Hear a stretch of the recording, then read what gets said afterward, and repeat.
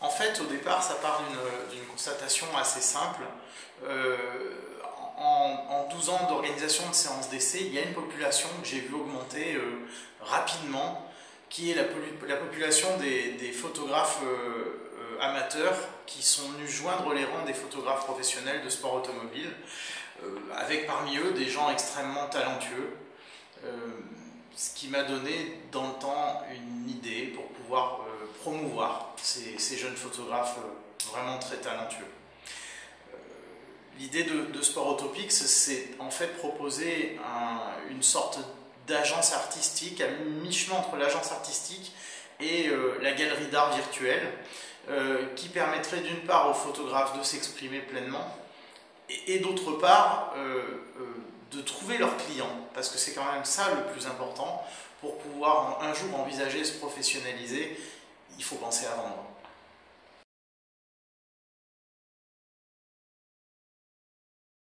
Sport Autopix, c'est véritablement deux cibles de clientèle.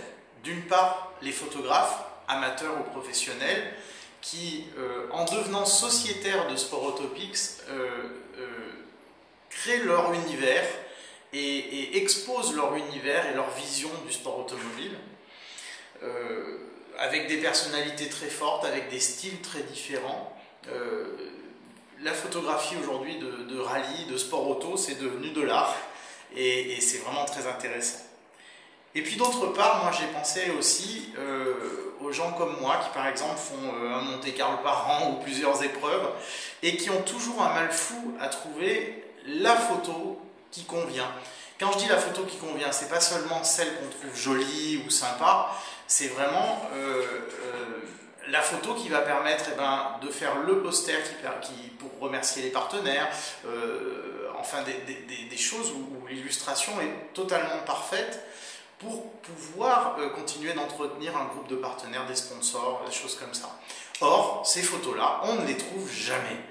Si à ça on rajoute le problème aujourd'hui des photographes amateurs qui montrent leurs photos sur les réseaux sociaux ou sur des forums et qui se les font torpiller, eh bien, Sport Autopix, c'est une manière de rationaliser tout ça et de ramener un tout petit peu d'équité. Le photographe est au centre du débat et de l'autre côté, les pilotes, les équipes, les services presse, les sponsors vont pouvoir trouver la photo qui convient et du coup l'acheter.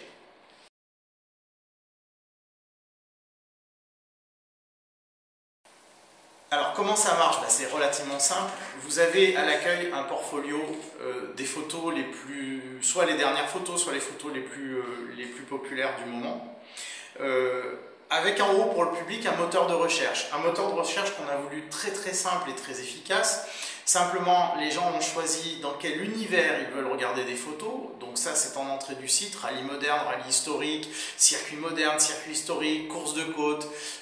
À l'avenir, on va certainement d'ailleurs rajouter des catégories. Une fois qu'ils sont dans leur univers, ce moteur de recherche, c'est très simple.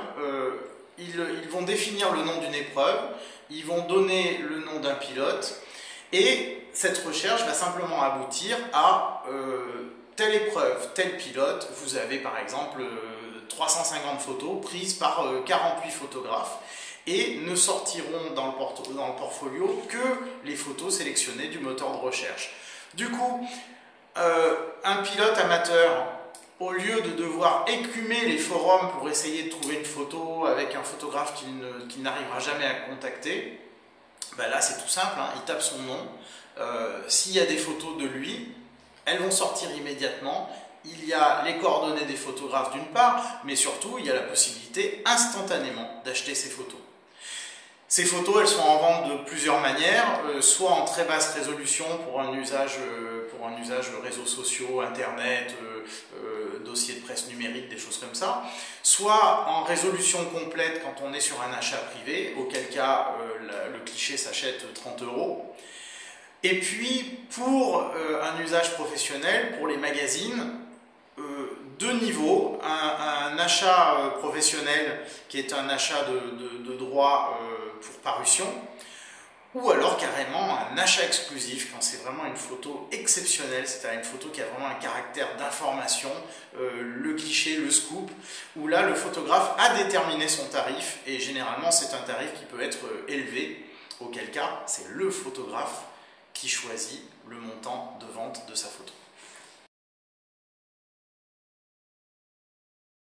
Alors, qu'est-ce qu'on observe là depuis le démarrage de Sportopics il y a quelques jours? Tous les photographes qui viennent sur le site nous mettent des photos de l'Aude, de Ogier, de Latvala, et forcément c'est un peu une vitrine et puis on en est ravis.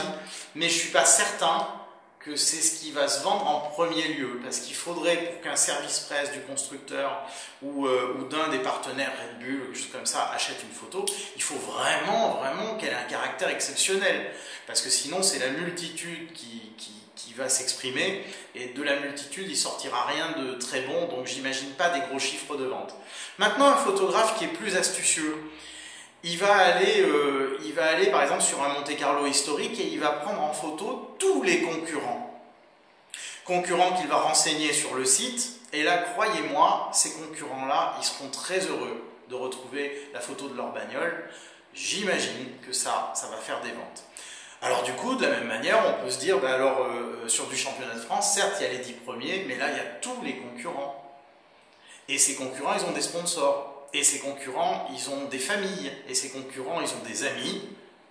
Voilà comment faire du résultat avec Sportopics.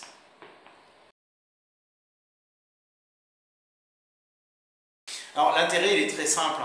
Mon idée depuis le départ avec ce site, et je dirais même c'est le concept, c'est de faire se rencontrer les photographes et le public du sport automobile.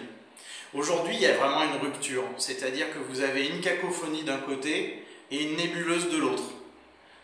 Les gens ne se rencontrent pas, et quand ils se rencontrent sur les forums, ça donne des photos volées, ça donne que des choses absolument néfastes. Ici, on professionnalise un petit peu l'action, ou tout du moins on la rend parfaitement cohérente, c'est-à-dire que le travail des photographes a une valeur, et les pilotes, au travers de leur participation sur les épreuves, sont eux aussi mis en valeur. Tout simplement, on rehausse un petit peu le niveau, on rend tout ça correct, on aide les gens à se rencontrer. Je pense que tout le monde a y gagné.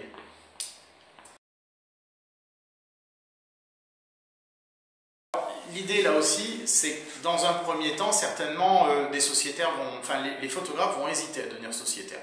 Certains parce qu'ils sont professionnels déjà et qu'ils ont forcément une très haute opinion de leur travail.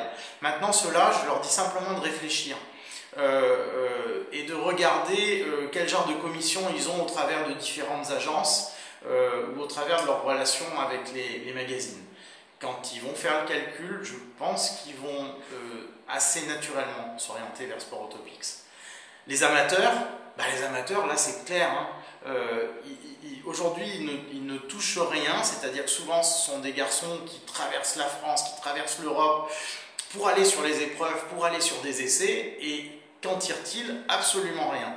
Bon, l'idée de Sportopics, c'est que quand on va arriver à un certain nombre de sociétaires, je veux absolument qu'on lance des concours du photographe du mois, de la photo du trimestre, enfin des choses un peu dans cet esprit-là, qui ne sera pas au nombre de likes, parce que ça, les likes, là on s'en fout, ça n'a pas de valeur.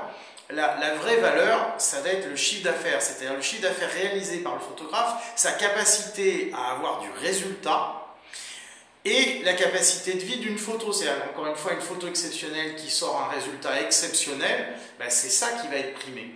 Et l'idée, c'est que l'équipe de Sportopics va lancer des concours du photographe du mois, de la photo du mois, enfin voilà, on va organiser quelque chose dans cet esprit-là. Et le photographe gagnant de ce concours va simplement gagner une bourse pour pouvoir aller couvrir un rallye, une épreuve sur circuit, en fonction de sa discipline, une bourse complète, c'est-à-dire qu'on va lui payer un voyage, un hôtel, enfin tout ce qu'il faut pour aller véritablement couvrir une épreuve qu'on aura déterminée. Voilà. En fait, on aide tout simplement les photographes à se professionnaliser.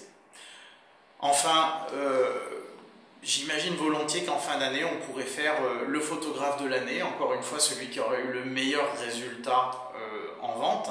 Et ce photographe-là, je l'imagine bien dans une galerie d'art parisienne pendant une bonne quinzaine avec un vernissage et puis un tirage de l'ensemble de ses photos en argentique pour là aussi donner une dimension plus belle et plus valorisante de cette discipline qu'être photographe en sport.